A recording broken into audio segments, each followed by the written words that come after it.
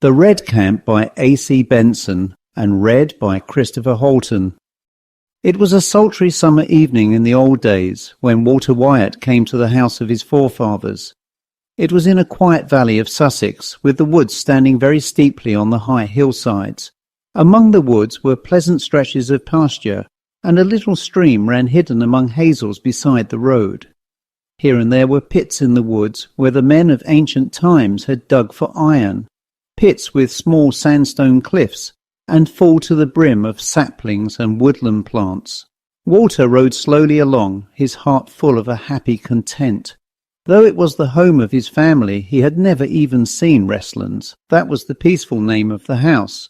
Walter's father had been a younger son, and for many years the elder brother, a morose and selfish man, had lived at Wrestlands, often vowing that none of his kin should ever set foot in the place, and all out of a native malice and churlishness, which discharged itself upon those that were nearest to him.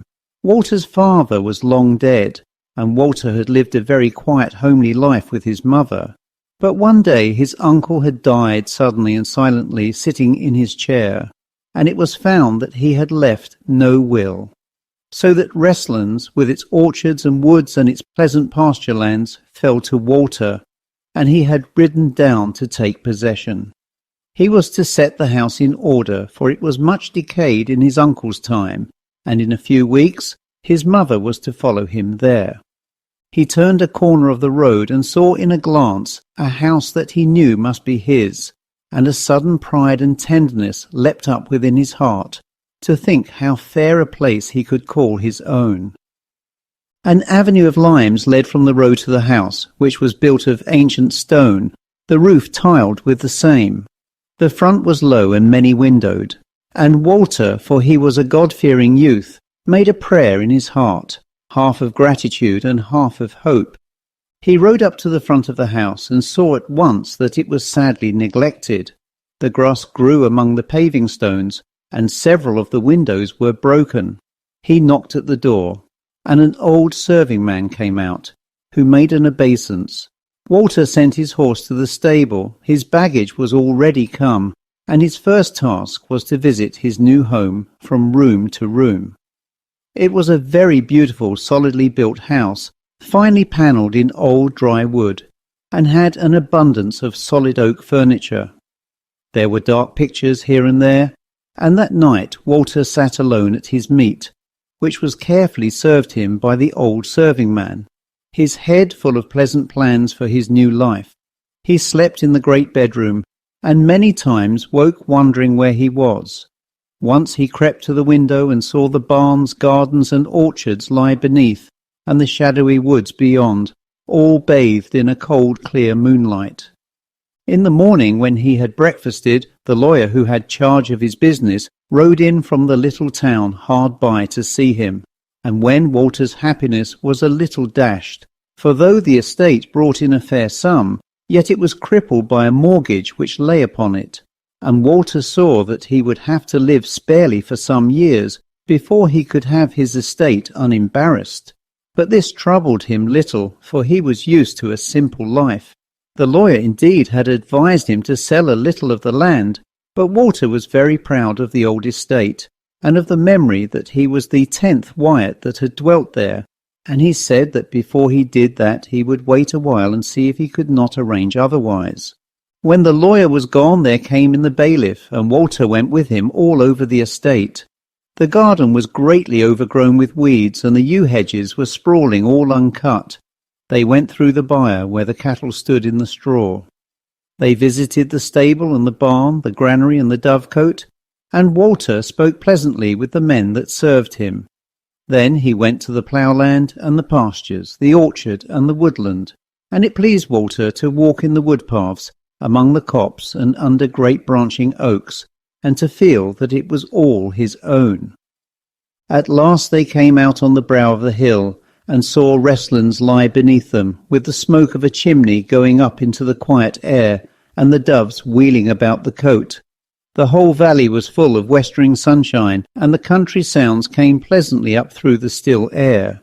They stood in a wide open pasture, but in the centre of it rose a small, dark, and thickly grown square holt of wood, surrounded by a high green bank of turf, and Walter asked what that was. The old bailiff looked at him a moment without speaking, and then said, "That is the Red Camp, sir."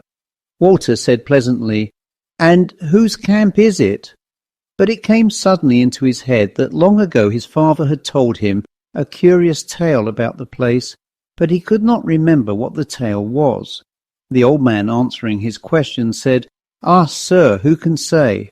Perhaps it was the old Romans who made it, or perhaps older men still, but there was a sore battle hereabouts." And then he went on in a slow and serious way to tell him an old tale of how a few warriors had held the place against an army, and that they had all been put to the sword there. He said that in former days strange rusted weapons and bones had been ploughed up in the field, and then he added that the camp had ever since been left desolate, and that no one cared to set foot within it. Yet for all that it was said that a great treasure lay buried within it, for that was what the men were guarding, though those that took the place and slew them could never find it. And that was all long ago, he said. Walter, as the old man spoke, walked softly to the wood and peered at it over the mound. It was all grown up within, close and thick, an evil tangle of plants and briars. It was dark and even cold-looking within the wood, though the air lay warm all about it. The mound was about breast-high, and there was a grass-grown trench all around, out of which the earth had been thrown up. It came into Walter's head that the place had seen strange things. He thought of it as all rough and newly made, with a palisade round the mound, with spears and helmets showing over, and a fierce wild multitude of warriors surging all round. The Romans, if they had been Romans, within, grave and anxious, waiting for help that never came. All this came into his mind with a pleasant sense of security, as a man who is at ease looks on a picture of old and sad things, and finds it minister to his content. Yet the place kept a secret of its own, Walter felt sure of that. And the treasure was that there all the time, buried in some corner of the wood, money lying idle that might do good things if it could but get forth. So he mused, tapping the bank with his stick. And presently they went on together. Walter said as they turned away, "I should like to cut the trees down and throw the place into the pasture." But the old bailiff said, "Nay, it is better left alone." The weeks passed very pleasantly at first. The neighbours came to see him, and he found that an old name wins friends easily. He spent much of the day abroad, and he liked to go up to the Red Camp and see it stand so solitary and dark, with the pleasant valley beneath it. His mother soon came, and they found that with her small jointure they could indeed live at the place, but that they would have to live very sparely at first. There must be no horses in the stable, nor coach to drive abroad. There must be no company at Restlands for many a year. And Walter saw too that he must not think a while of marriage, but that he must give all his savings to feed the estate. After a while, when the first happy sense of possession had gone off, and then life had settled down into common and familiar ways, this began to be very irksome to Walter. And what made him feel even more keenly his fortune was that he made acquaintance with a squire that lived hard by, who had a daughter Marjorie, who seemed to Walter the fairest and sweetest maiden he had ever seen, and he began to carry her image about with him, and his heart beat very sharply in his breast if he set eyes on her unexpectedly, and she too seemed to have delight in seeing Walter, and to understand even the thoughts that lay beneath his lightest word. But the squire was a poor man, and Walter felt bound to crush the thought of love and marriage down in his heart, until he began to grow silent and moody, and his mother saw all that was in his heart and pitied him, but knew not what to do. And Walter began even to talk of going into the world to seek his fortune. But it was little more than talk, for he already loved Restlands very deeply. Now one day, when Walter had been dining with the vicar of the parish, he met at his table an old and fond man, full of curious wisdom, who took great delight in all that showed the history of the old races that had inhabited the land. And he told Walter a long tale of the digging open of a great barrow or mound upon the downs, which it seemed had been the grave of a great prince, and in which they had found a great treasure of gold, cups and plates and pitchers, all of gold, with bars of the same, and many other curious things. He said that a third of such things by rights belonged to the king, but that the king's grace had been contented to take a rich cup or two, and had left the rest in the hands of him whose land it was. Then the old scholar asked Walter if it were not true that he had in his own land an ancient fort or stronghold, and Walter told him of the Red Camp and the story, and the old man heard him with great attention, saying, "Aye, aye, and aye, so it would be." And at the last he said that the story of the treasure was most likely a true one, for he did not see how it could have grown up otherwise, and that he did not doubt that it was a great Roman treasure, perhaps a tribute gathered in from the people of the land, who would doubtless have been enraged to lose so much, and would have striven to recover it. "Aye, it is there, sure enough," he said. Walter offered to go with him to the place, but the old vicar, seeing Walter's bright eye, and knowing something of the difficulties, said that the legend was that it would be ill to disturb a thing that had cost so many warriors their lives, and that a curse would rest upon one that did disturb it. The old scholar laughed and said that the curses of the dead, and especially of the heathen dead, would break no bones. And he went on to say that doubtless there was a whole hen roost of curses hidden away in the mound upon the downs, but that they had hurt not his friend who had opened it, for he lived very delicately and plentifully off the treasure of the old prince, who seemed to bear him no grudge for it. Nay, doubtless, he said, if we but knew the truth, I dare say that the old heathen man, pining in some dark room in hell, is glad enough that his treasure should be richly spent by a good Christian gentleman. They walked together to the place, and the old gentleman talked very learnedly, and showed him where the gates and towers of the fort had been, adding to Walter, "And if I were you, Mr. Wyatt, I would have the place cleared and trenched, and would dig the gold out. For it is there, as sure as I am a Christian man, and a lover of the old days." Then Walter told his mother of all that had been said, and she had heard of the old tales, and shook her head.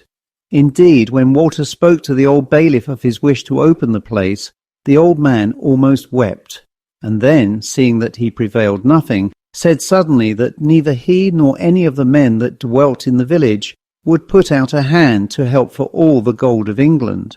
So Walter rested for a while, and still his impatience and his hunger grew. Walter did not decide at once. He turned the matter over in his mind for a week. He spoke no more to the bailiff, who thought he had changed his mind, but all the week the desire grew, and at last it completely overmastered him. He sent for the bailiff and told him he had determined to dig out the camp.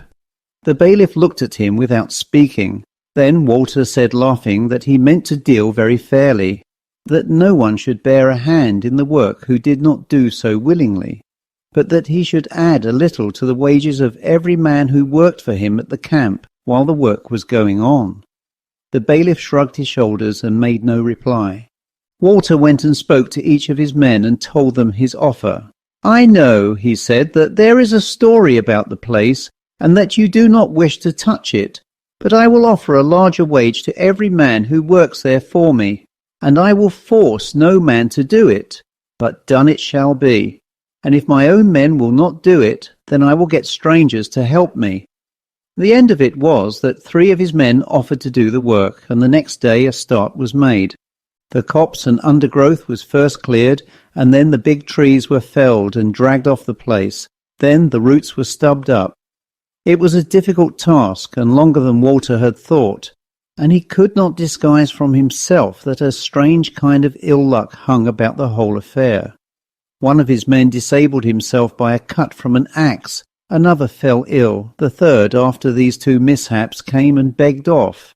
Walter replaced them with other workers, and the work proceeded slowly in spite of Walter's great impatience and haste.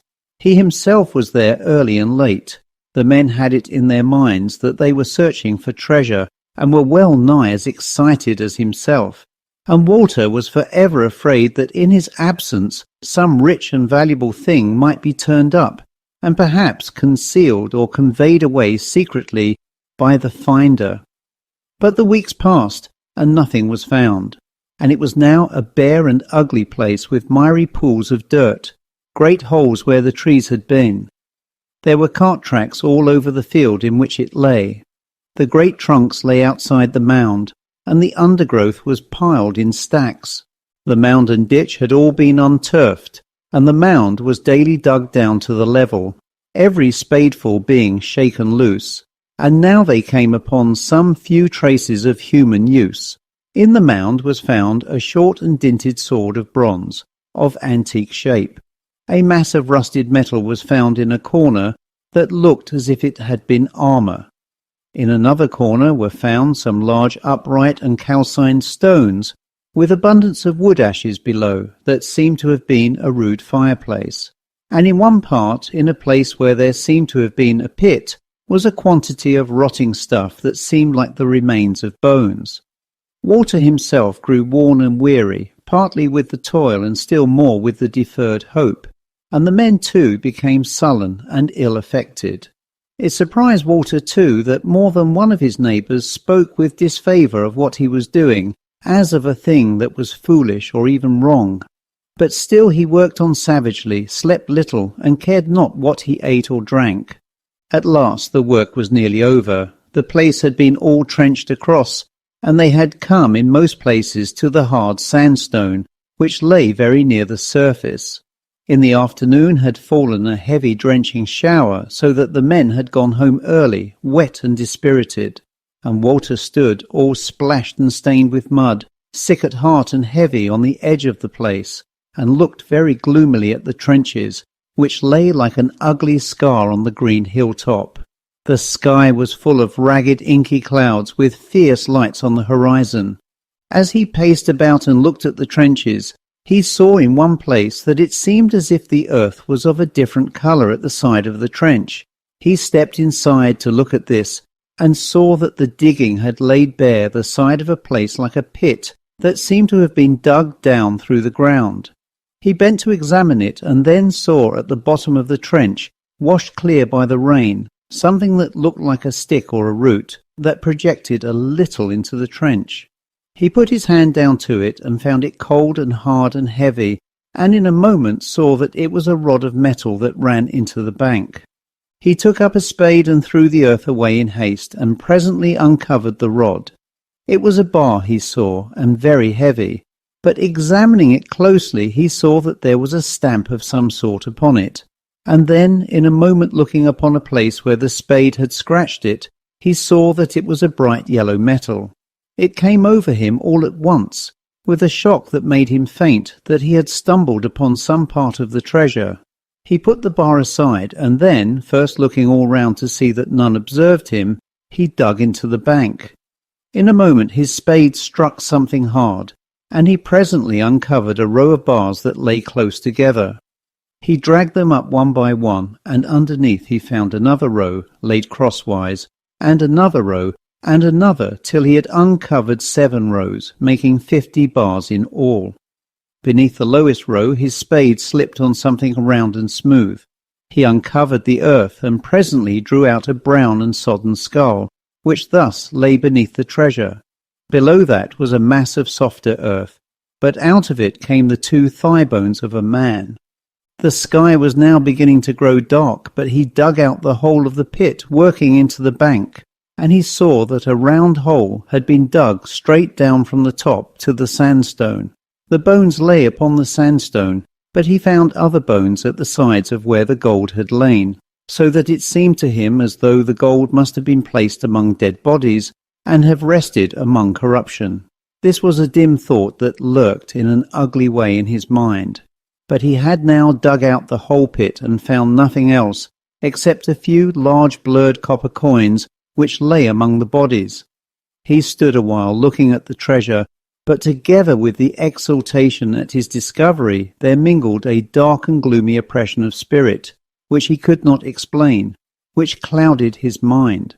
But presently he came to himself again, and gathering the bones together he threw them down to the bottom of the pit, as he was minded to conceal his digging from the men.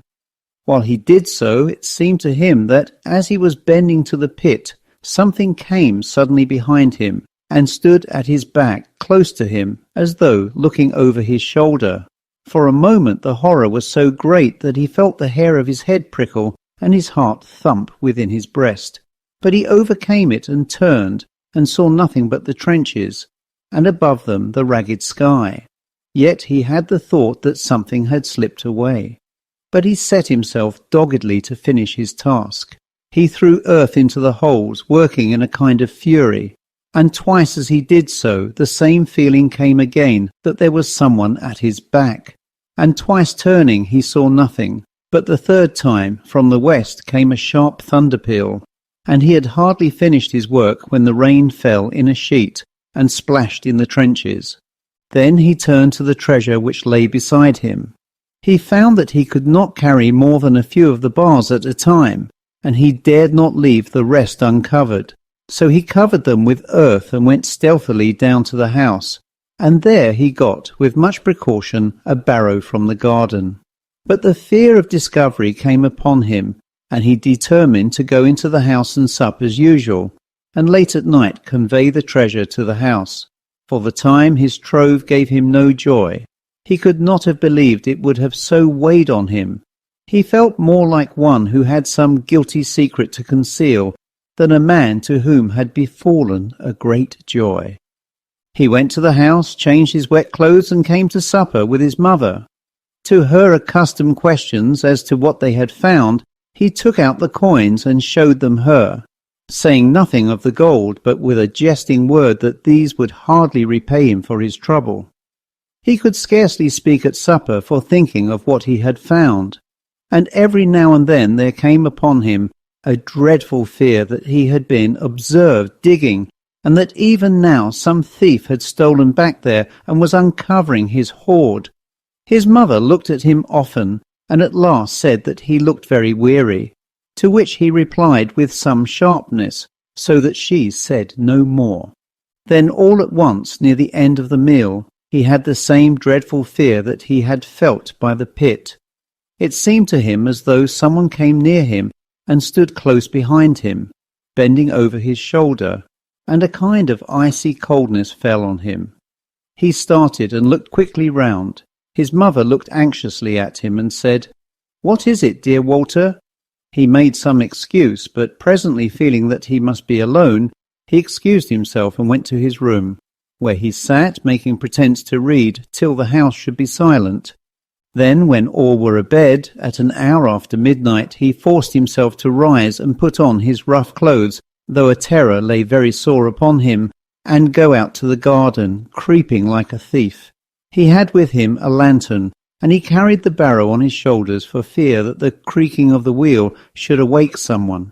And then, stumbling and sweating, and in a great weariness, he went by wood paths to the hilltop. He came to the place, and having lit his lantern, he uncovered the bars and laid them on the barrow. They were as he had left them. When he had loaded them, the same fear struck him suddenly cold again, of something near him, and he thought for a moment he would have swooned. But sitting down on the barrow in the cool air, he presently came to himself. Then he essayed to wheel the barrow in the dark, but he stumbled often, and once upset the barrow and spilled his load. Thus, though fearing discovery, he was forced to light the lantern and set it upon the barrow, and so at last he came to the house, where he disposed the bars at the bottom of a chest of which he had the key, covering them with papers, and then went to bed in a kind of fever, his teeth chattering, till he fell into a wretched sleep which lasted till dawn. In his sleep he dreamed a fearful dream. He seemed to be sitting on the ground by the camp, holding the gold in his arms. The camp in his dream was as it was before he had cleared it, all grown up with trees. Suddenly out from among the trees there came a man in rusty tarnished armour, with a pale wild face and a little beard, which seemed all clotted with moisture. He held in his hand a pike or spear, and he came swiftly and furiously upon Walter as though he would smite him. But it seemed as though his purpose changed, for standing aside he watched Walter with evil and piercing eyes, so that it seemed to Walter that he would sooner have been smitten. And then he woke, but in anguish, for the man still seemed to stand beside him, until he made a light and saw no one. He arose feeling broken and ill, but he met his mother with a smile and told her that he had determined to do what would please her and work no more at the camp. And he told the men that he would dig no more, but that they were to level the place and so leave it. And so they did, murmuring sore. The next week was a very miserable one for Walter. He could not have believed that a man's heart should be so heavy. It seemed to him that he lay like the poor bones that he had found beneath the treasure, crushed and broken and stifled under the weight of it. He was tempted to do wild things with the gold, to bury it again in the camp, to drop it into the mud of the pool that lay near the house. In fevered dreams he seemed to row himself in a boat upon a dark sea, and to throw the bars one by one into the water. The reason of this was not only his fear for the treasure itself, but the dreadful sense that he had of being followed by someone who dogged his footsteps wherever he went.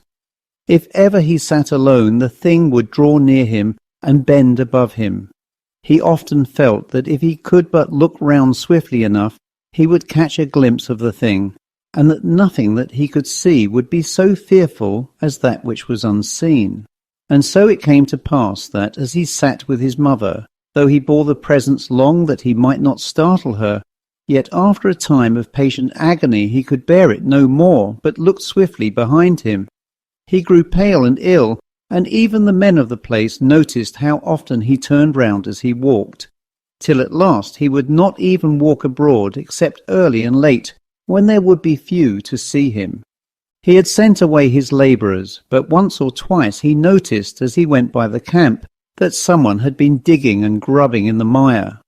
Sometimes for an hour or two his terrors would leave him, till he thought that he was wholly cured.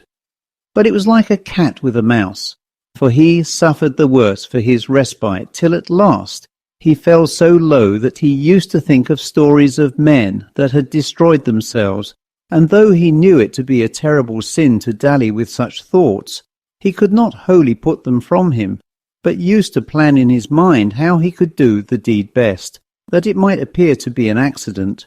Sometimes he bore his trouble heavily, but at others he would rage to think that he had been so happy so short a while ago.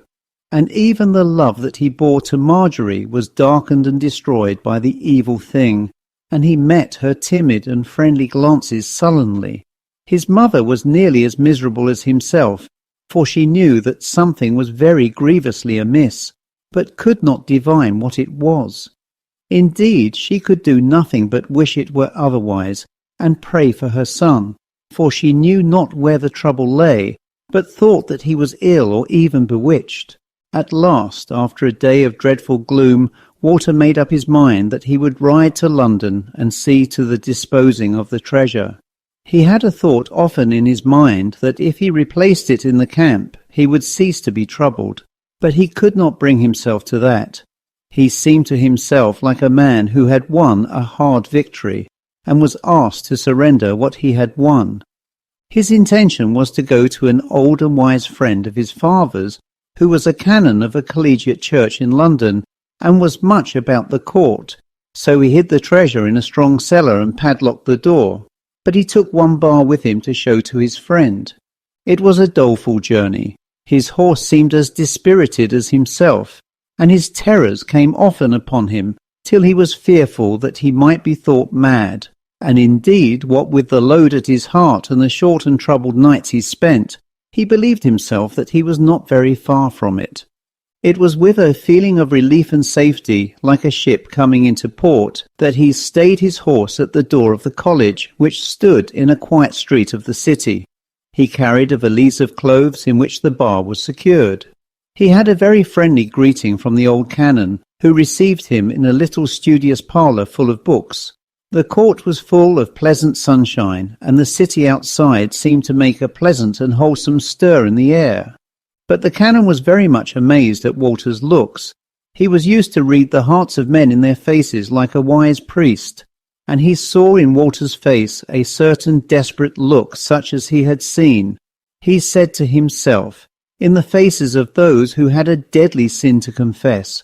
But it was not his way to make inquisition, and so he talked courteously and easily, and when he found that Walter was inclined to be silent, he filled the silence himself with little talk of the news of the town.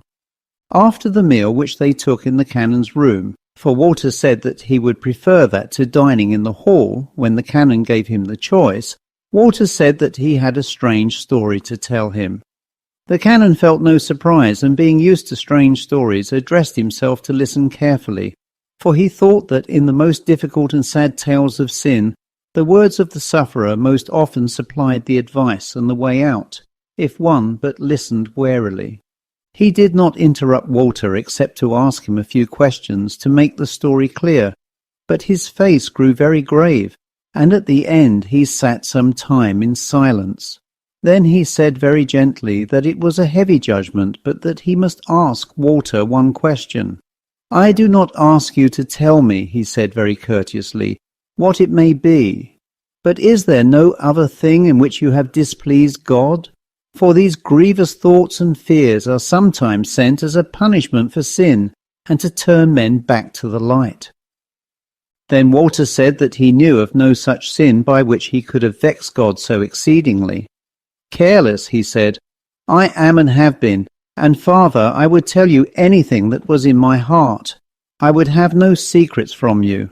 But though I am a sinner, and do not serve God as well as I would, yet I desire to serve him, and have no sin that is set like a wall between him and me." He said this so honestly and bravely, looking so full at the priest that he did not doubt him, and said, "Then, my son, we must look elsewhere for the cause, and though I speak in haste and without weighing my words, it seems to me that to speak in parables, you are like a man who has come by chance to a den, and carried off for his pleasure the cubs of some forest beast, who returns and finds them gone, and tracks the robber out. The souls of these poor warriors are in some mansion of God, we know not where.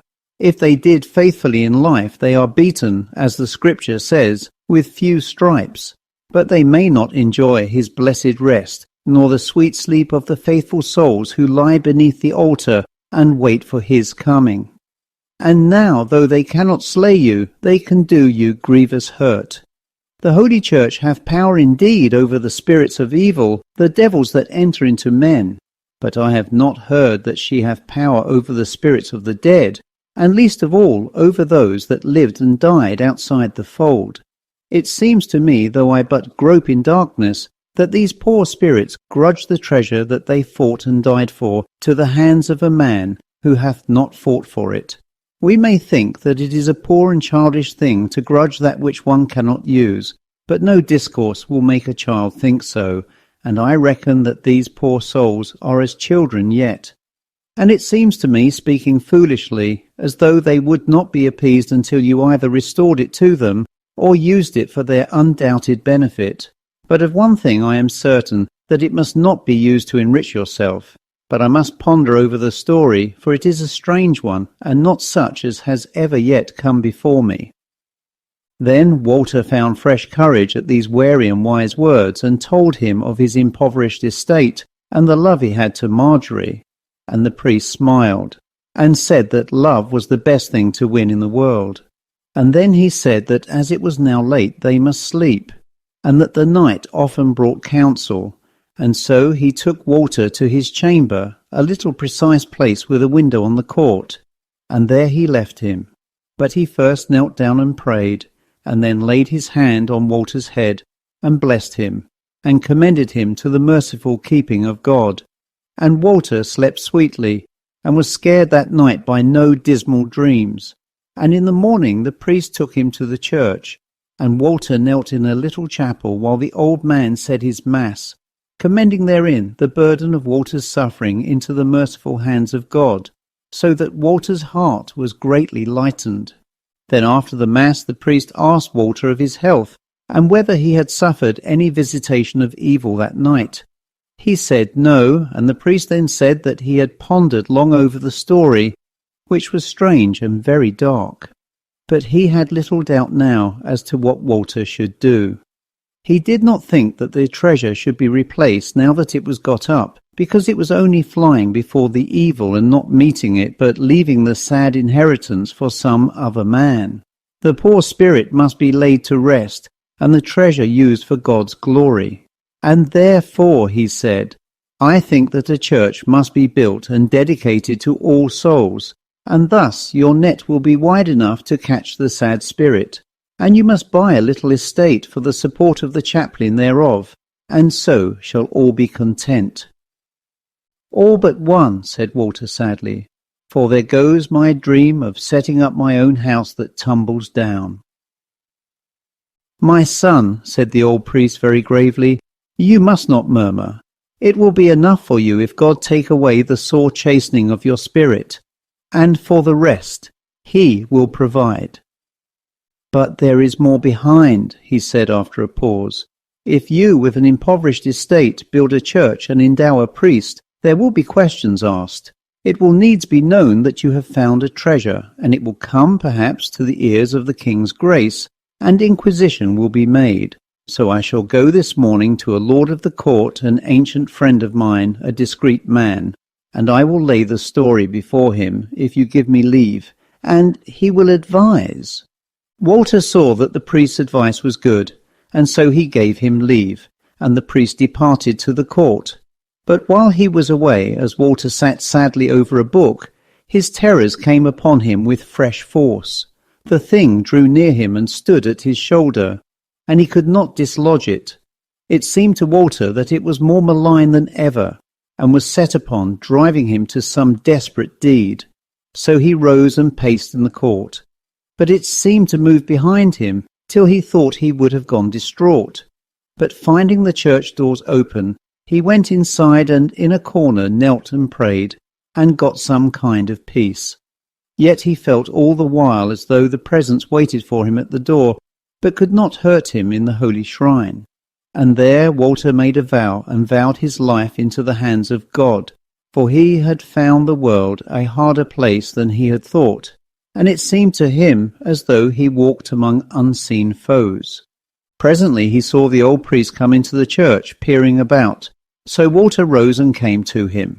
The priest had a contented air, but seemed big with news, and he told Walter that he must go with him at once to the court, for he had seen the Lord Poynings, that was his friend, who had taken him at once to the king, and the king had heard the story very curiously, and would see Walter himself that day. So Walter fetched the bar of gold, and they went at once together, and Walter was full of awe and fear, and asked the priest how he should bear himself. To which the priest said, smiling, as a man in the presence of a man. And as they went, Walter told him that he had been visited by the terror again, but had found peace in the church. And the priest said, Aye, there is peace to be had there. They came down to the palace, and were at once admitted. The priest and he were led into a little room, full of books, where a man was writing, a venerable man in a furred gown, with a comely face. This was the Lord Poynings, who greeted Walter very gently, but with a secret attention. Walter showed him the bar of gold, and he looked at it long, and presently there came a page who said that the king was at leisure, and would see Mr. Wyatt. Walter had hoped that the priest, or at least the Lord Poynings, would accompany him, but the message was for himself alone, so he was led along a high corridor with tall stands of arms. The king had been a great warrior in his manhood, and had won many trophies. They came to a great doorway where the page knocked. A voice cried within, and the page told Walter he must enter alone. Walter would fain have asked the page how he should make his obeisance, but there was no time now, for the page opened the door, and Walter went in. He found himself in a small room, hung with green arras.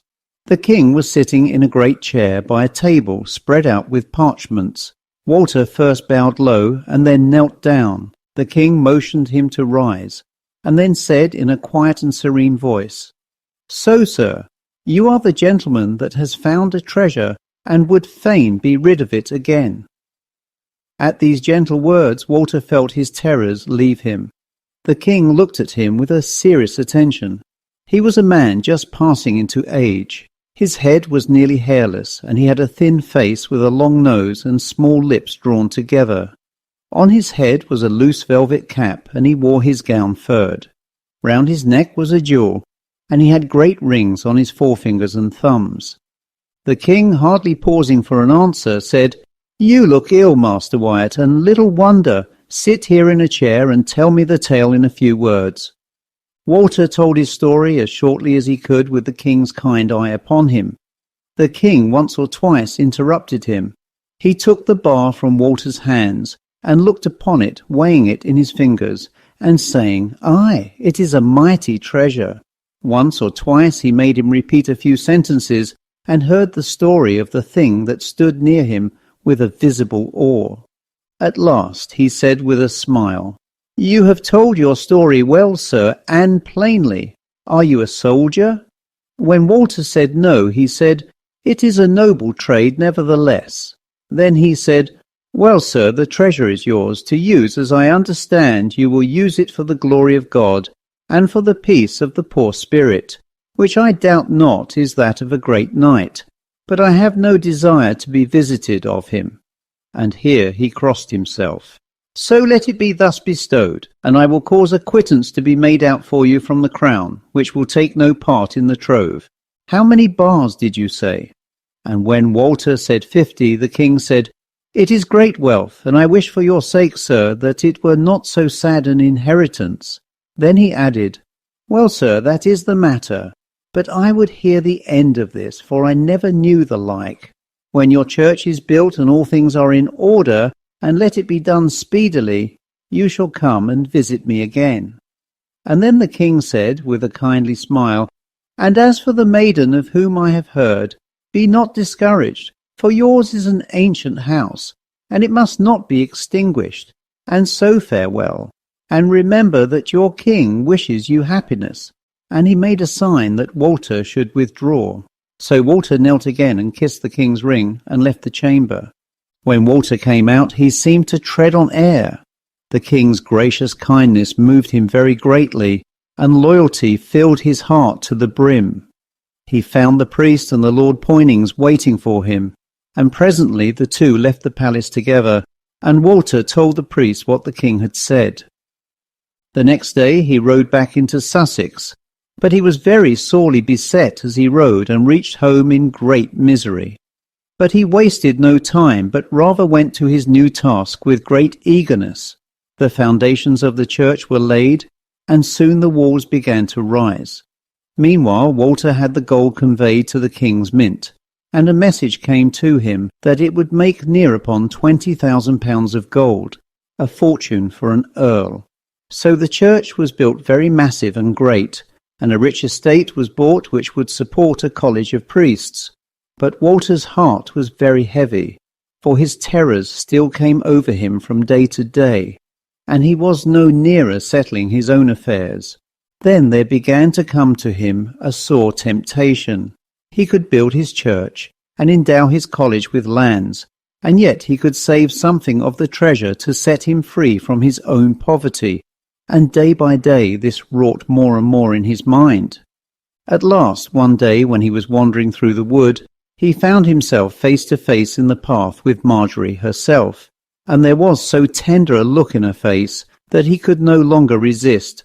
So he turned and walked with her, and told her all that was in his heart.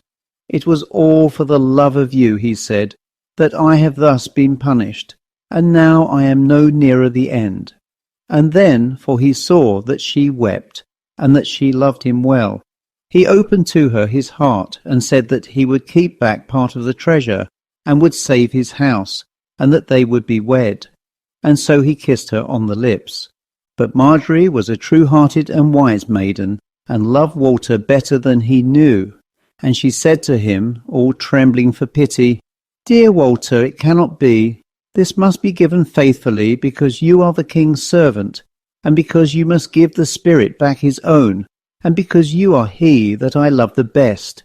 And we will wait, for God tells me that it must be so, and he is truer even than love." So Walter was ashamed, and he threw unworthy thoughts away, and with the last of the money he caused a fair screen to be made and windows of rich glass, and the money was thus laid out. Now while the church was in building, and they made all the haste they could, Walter had days when he was very grievously troubled, but it seemed to him a different sort of trouble. In the first place, he looked forward confidently to the day when the dark presence would be withdrawn, and a man who can look forward to a certain ending to his pain can stay himself on that. But besides that, it seemed to him that he was not now beset by a foe, but guarded as it were by a sentinel. There were days when the horror was very great, and when the thing was always near him, whether he sat or walked, whether he was alone or in company. And on those days he withdrew himself from men, and there was a dark shadow on his brow, so that there grew up a kind of mystery about him. But besides that, he learnt things in those bitter hours that are not taught in any school. He learnt to suffer with all the great company of those who bear heavy and unseen burdens, who move in the grip of fears and stumble under the load of dark necessities. He grew more tender and more strong. He found in his hand the key to many hearts. Before this he had cared little about the thoughts of other men, but now he found himself for ever wondering what the inner thoughts of the hearts of others were, and ready if need were to help to lift their load. He had lived before in careless fellowship with light-hearted persons, but now he was rather drawn to the old and wise and sad, and there fell on him some touch of the holy priesthood that falls on all whose sadness is a fruitful sadness, and who instead of yielding to bitter repining would try to make others happier. If he heard of a sorrow or a distress, his thought was no longer how to put it out of his mind as soon as he might, but of how he might lighten it. So his heart grew wider day by day. And at last the day came when the church was done. It stood a fair white shrine with a seemly tower.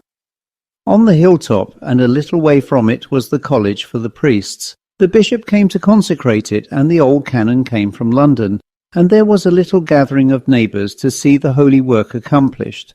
The bishop blessed the church very tenderly. He was an old, infirm man, but he bore his weakness lightly and serenely. He made Walter the night before tell him the story of the treasure, and found much to wonder at in it. There was no part of the church or its furniture that he did not solemnly bless, and Walter from his place felt a grave joy to see all so fair and seemly.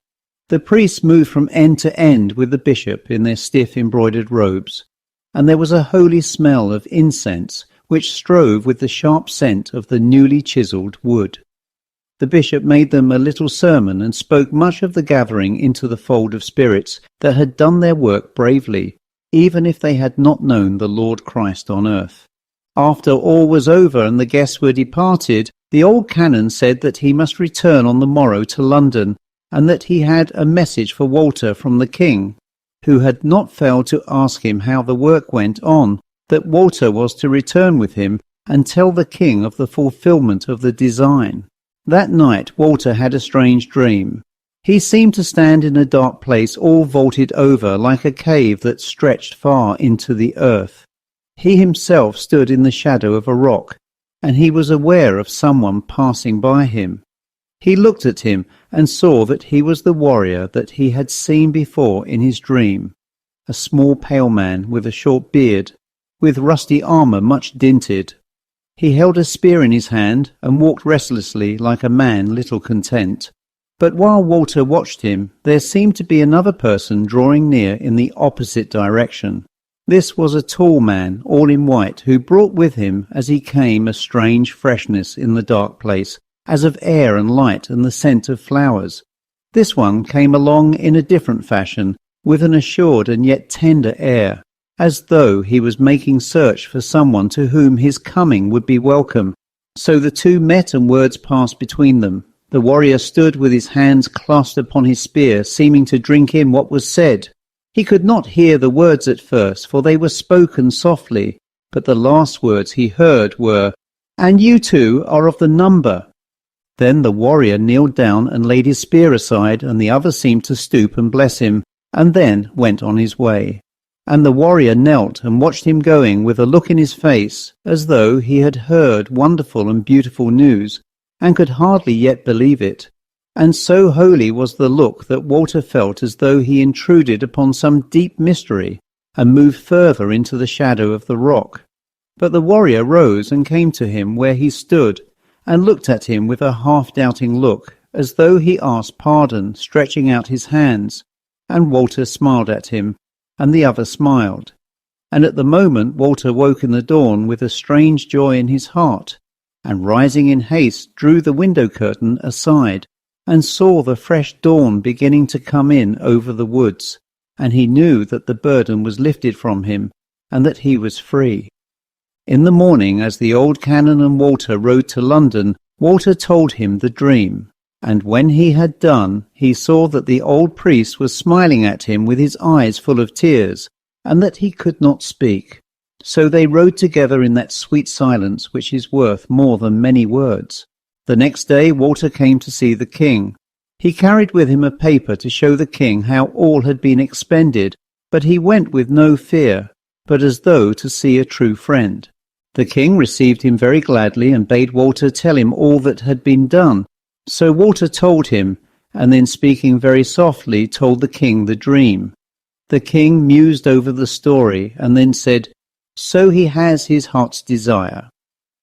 Then there was a silence, and then the king, as though breaking out of a pleasant thought, drew from the table a parchment, and said to Walter that he had done well and wisely, and therefore for the trust that he had in him, he made him his sheriff for the county of Sussex, to which was added a large revenue.